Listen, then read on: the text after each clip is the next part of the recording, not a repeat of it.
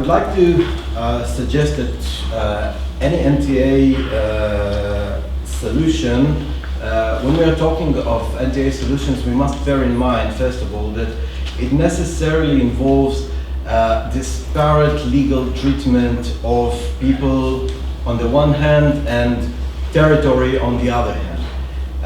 That is, we must consider that the law stands in relation, in a radically different relation to people on the one hand and to territory on the other hand. I would like to begin by recalling an incident from the beginning of this week, namely the statement made by the United States Secretary of State Mike Pompeo, who said that the United States are reevaluating their legal relation to the territories, to the settlements, the Israeli settlements in the territories of the West Bank. And I think I was following the responses to this comment of the Secretary of State, and they were, by and large, they were very dismissive. I think that it has to do with the fact that, well, as a general rule, statements made by the Trump administration are not taken very seriously. And also, I think it has to do with the fact that most often than not, people tend to conflate two separate legal aspects of the relation to the settlements. I think the one aspect is the law of belligerent occupation, which is part of the international humanitarian law, and it is, I would say, in an analogy to private law, it's more possessory in nature, whereas I think the real question is a question of entitlement and sovereignty over the territory, which will be decided I think this question remains unresolved to this day, and I think that the final status of the settlement will be decided only after the entitlement controversy will be decided. So I would advise a more cautious approach to such statements, and I think that by saying this in a way of introduction, I can turn for what I wanted to speak about, which is a legal theory for NTA solutions. I think that in order for NTA solutions to function as a viable alternative to self-determination in violent conflicts, it must first of all be put in a framework of a consistent legal theory, and I'm taking as my point of departure Walter Benjamin's theory of war and the peace treaty. What Benjamin said was, to put it very, very succinctly, that a peace treaty functions as a new law of the land, and he pointed at the fact that might seem curious at first glance, that even when the war results are very conclusive and we can tell in a very definite way who is the victor and who is the defeated party, the victorious state, it is very important also for and sometimes even more for the victorious state to have a peace treaty. And I think that it has to do, what Benjamin pointed at was mainly the results in the arena of international law.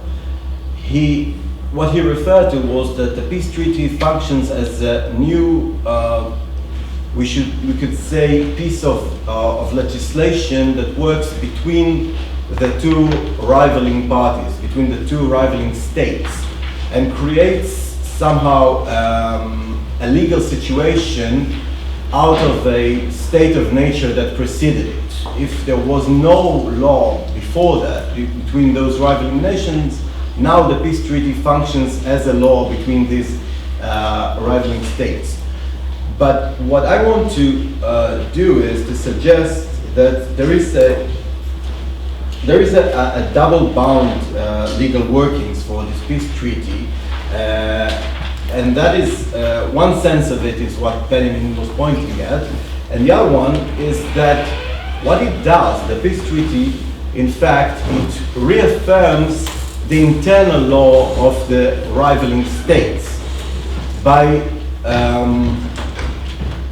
leaving that law, that internal law, intact. What happens is that when war ends, the internal legal systems of both states continue to function, and this peace treaty actually maybe implicitly reaffirms recognition of the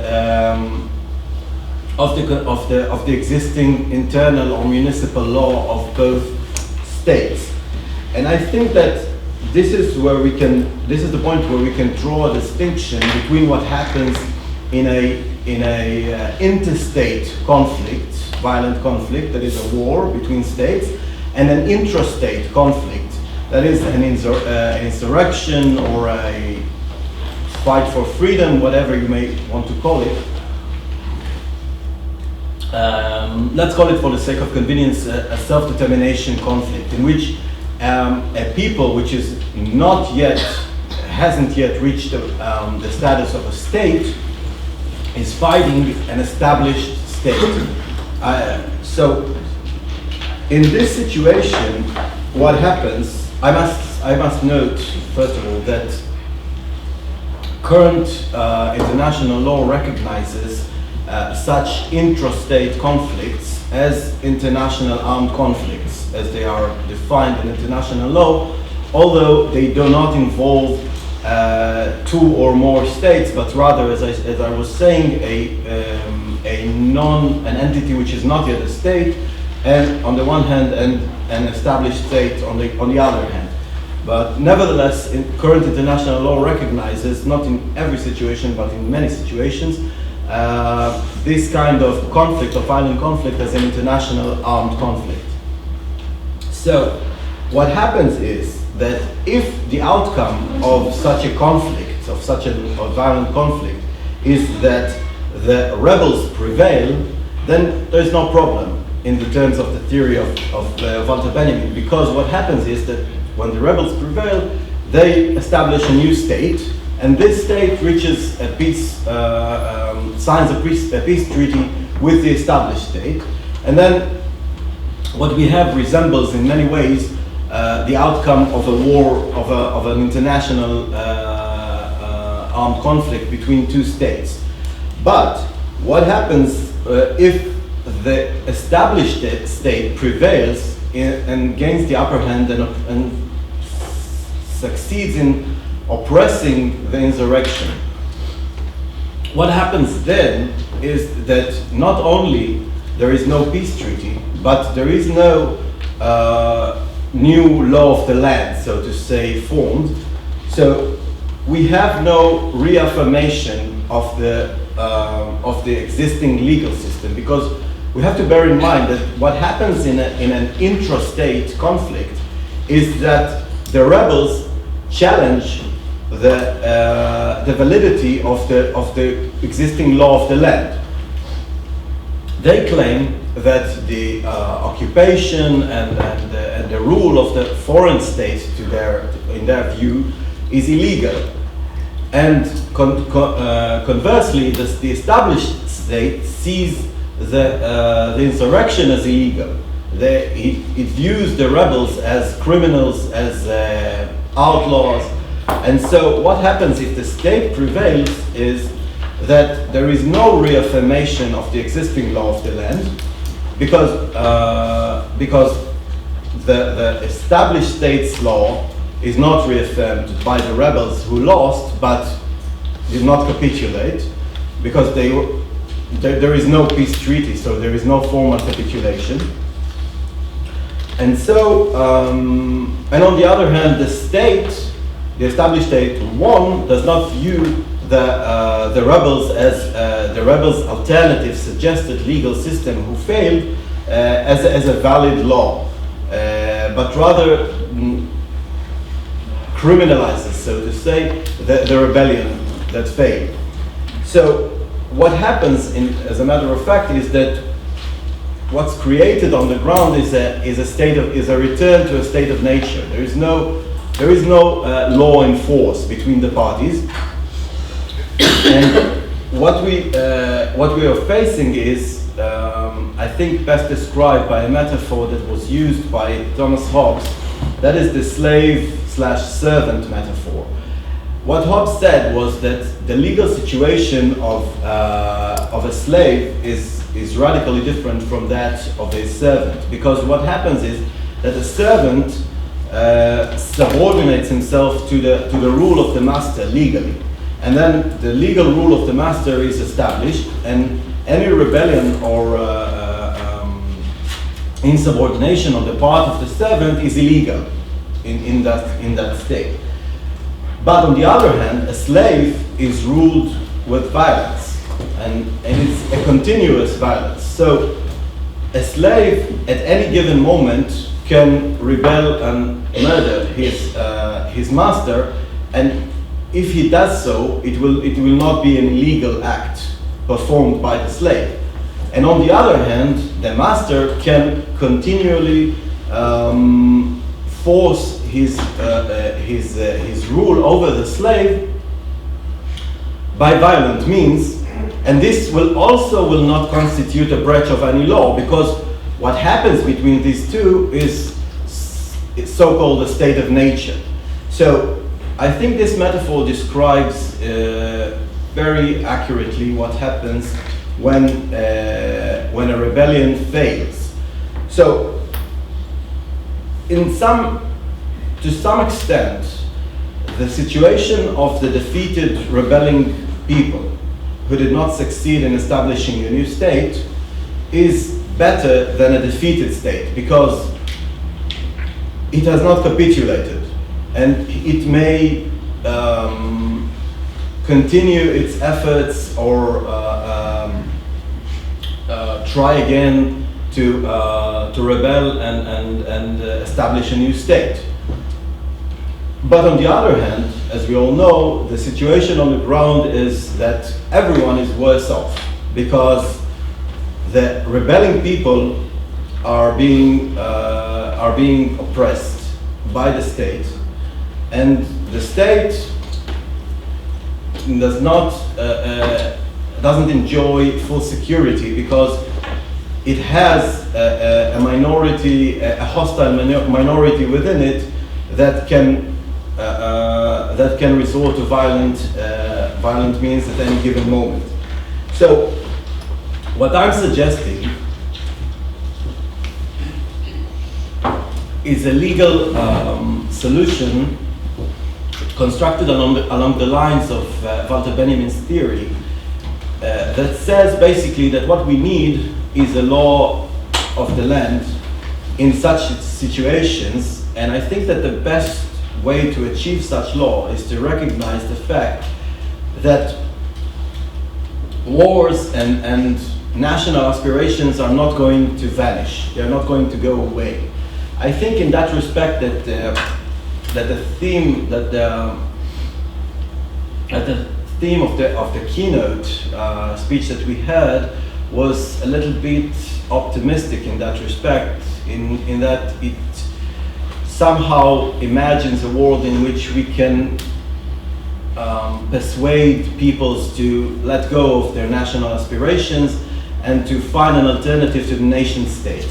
And I think that that is not the case. We should not think of the nation state as a bad solution. I think that rather we should recognize the situation that national aspirations are not going to go away, and that when we face such a situation in which a violent conflict ended with the rebellion vanquished, I think that we should realize that what needs to be done is we should aspire to a separation of the treatment that the law gives to territory on the one hand and to people on the other hand. We should realize that the contradictory aspirations towards the territory are not going to go away, and therefore we should leave a potential for resolving these contradicting aspirations, and also, and I know that it doesn't sound very good, but I believe that there is no escape from that, also by way of another violent conflict. What we should aspire to is to postpone this violent conflict as much as we can. The legal framework that I'm suggesting is that of a temporary law, that is what's referred to as a law with a sunset clause. That is some framework in which the parties realize that the territory remains under conflict, under controversy, but they postpone their right to use violent means to achieve full sovereignty over the territory in favor of a temporary settlement. And I think that in that way we have a potential solution that respects the national aspirations of both parties, but perhaps has a potential of postponing as much as possible the bloodshed that involves a violent conflict. And I think I have 1 more minute, right? Yes. Yeah, okay. So I think that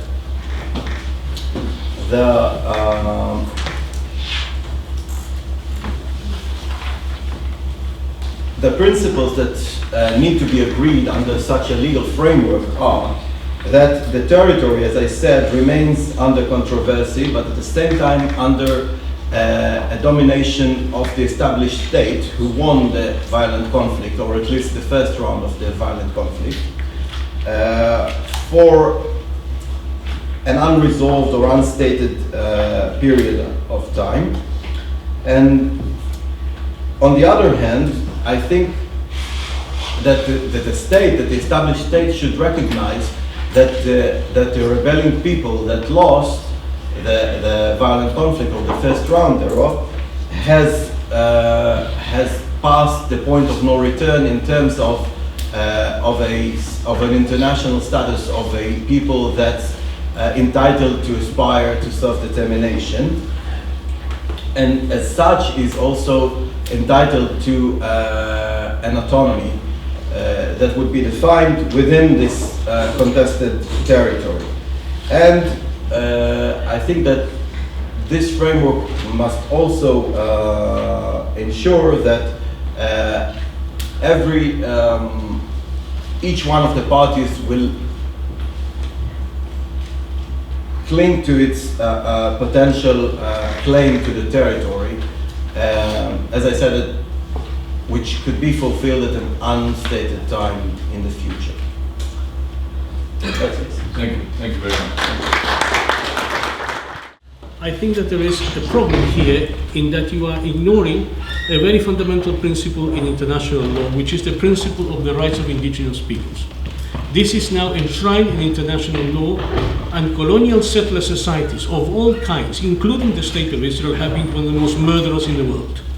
I was born in a colonial settler society that murdered all its indigenous peoples.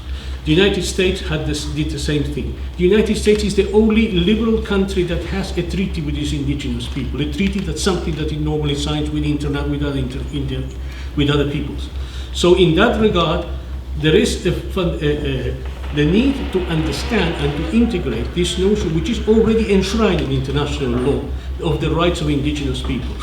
And the rights of indigenous peoples should be respected and recognized as the rights of people who have been conquered by others and have the right to sustain the national culture. The second thing is that you mistakenly confuse my argument. I did not say that we have to eliminate nations. I think that is completely utopic. Nations are very important components of people's life. I say that we have to eliminate the link between national identity and territory. And this is something that comes from the Jewish tradition, by the way, not the Zionist, the real Jewish tradition, that we have to separate nationhood and identity from the question of territory. Territory is not central to the cultural identity and to the recognition of people.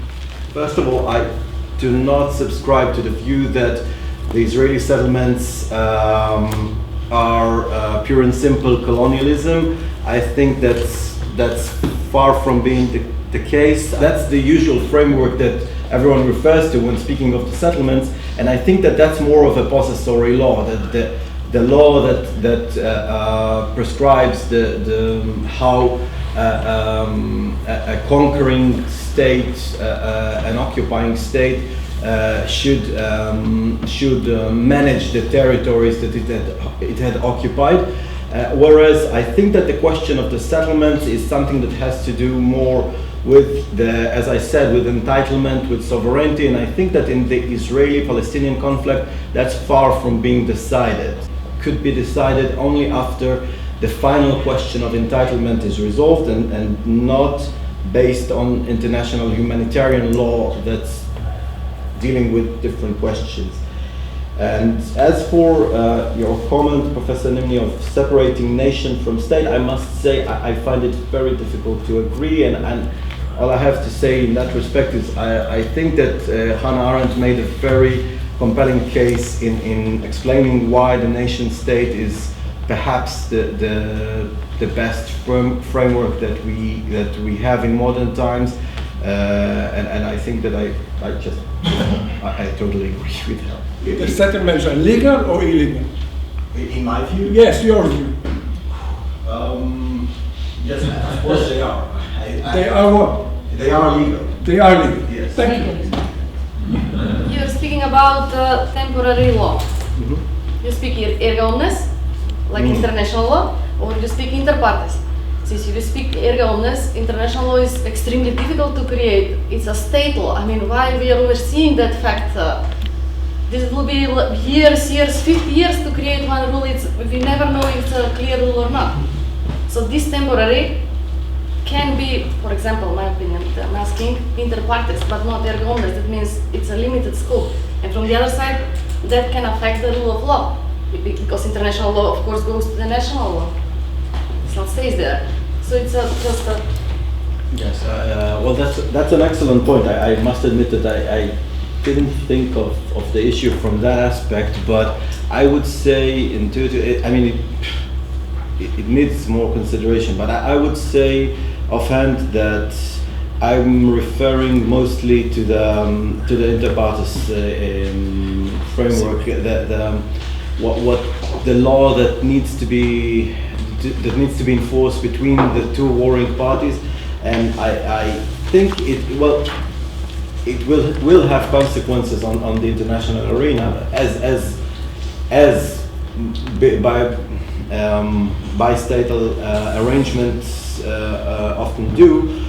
But I think it mostly between the two warring parties. I think it has to be there. So it's not a question; it's more of a clarification comment. If you can clarify what you mean by temporary, in terms of, I mean, how many years do you consider it as temporary, and also why do you think that the temporary situation will save us or will make us in a better point than why is it better to think about temporary instead of thinking about the permanent, the more steady solution to a complex problem? I think the lesser evil is a temporary solution which respects both parties' aspirations for full sovereignty over the contested territory, and I think that that's the only way to solve it in the foreseeable future in a way that will prevent more bloodshed. You know, it's also the sensible thing to agree on, because as things stand, the Palestinians are not going to give up, and they are fully entitled not to give up their right and their claim to the territory, but as things stand, they are they are very weak, militarily speaking. So they don't really have a way of winning, of overturning the present situation. So all they can do is what they're doing now, and all Israel is able to do is what it is doing now, and that results in more and more bloodshed. And I think that it would be sensible for everyone to postpone the violent clash until it has a hope of being resolved in a decisive way. So I think that that's the lesser evil in a way. Can you please explain to me your legal argument on the legality of settlements, of Jewish settlements in the occupied territories of 1967, bearing in mind international law? The territory of the great territory of Israel, which is now the state of Israel and the West Bank, is a territory under contest. It's being contested. The war, so to speak, still continues, and it's not my idea. It's something that was proposed by Professor Dinstein, and I humbly agree. And I think that as long as the war is going on, any of the parties has a right to keep on taking control and even entitlement, I would dare say, on the parts that are under controversy. And as it happens, Israel is a stronger side, or is a stronger party, so it succeeds in gaining control over portions of the land. And I think that as long as the Palestinians maintain their claim to the territory, which they are perfectly entitled to continue, the downside of that for them is that Israel is entitled to go on and taking over parts of the contested land. Wow. What is this? This is against all what we know about international law. I mean, is that now that Bombay says this, and you see what your rebel says. I mean, it's clearly against international law in all aspects. And that Dinstein, that he's Israeli, is pro-settlements, that says something about legality of settlements because of political views. This brings you to claim here that this is legal? Not understandable here what you say. Probably this discussion could be continued.